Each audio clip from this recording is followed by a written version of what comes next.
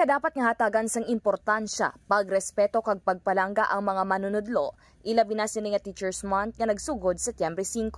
Sa interview sang K5 News FM Iloilo kay Dr. Ernesto Cervellon Jr., Schools Division Superintendent sang Schools Division Office sa SDO Iloilo, nagadepende na sa tagsa ka mga eskwelahan kag mga estudyante ang aktibidad nga ila pagahiwaton, agud nga mapabatyag ang pagkilala sa mga maestro kag maestra. Dugang pa ni Cervellon, may pagahiwaton man sila nga sports fest para sa mga manunudlo sa probinsya sa maabot nga Oktubre 5 sa Banwa sang Pototan.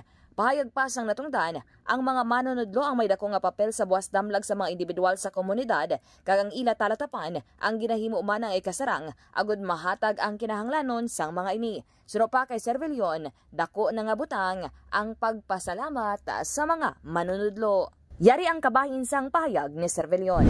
Plano man kita sa aton na division activity para sa aton mga teachers. So this coming October 5, may culminating activity kita sa Pototan. Rin may mga activities kita like sports fest para sa mga teachers nga pagpartisiparan sang aton mga teachers from the 5 congressional districts, including Iloilo National High School and the Division Office. Report nagigang sa syudad sang Iloilo. Ini si K5 Kimon Tanyo Kaluyo para sa Kampiyon nga Balita, Serbisyo Publiko. Kagalingawan sa Iloilo, K5 News FM.